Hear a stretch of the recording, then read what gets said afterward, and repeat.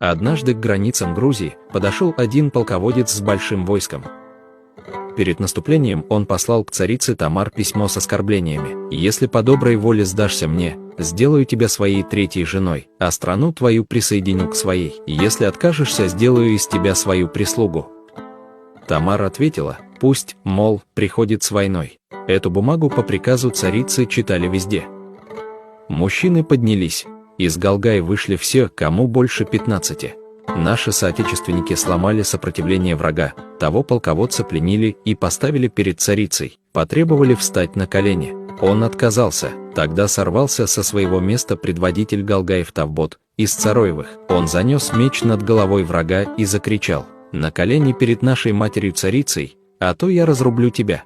Увидев страшный волчий оскал и сверкающий над собой меч, враг рухнул на колени.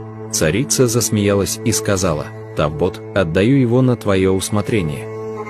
Тавбот продал его хевсурам за конскую подкову, но с условием, что он до самой смерти будет пасти овец.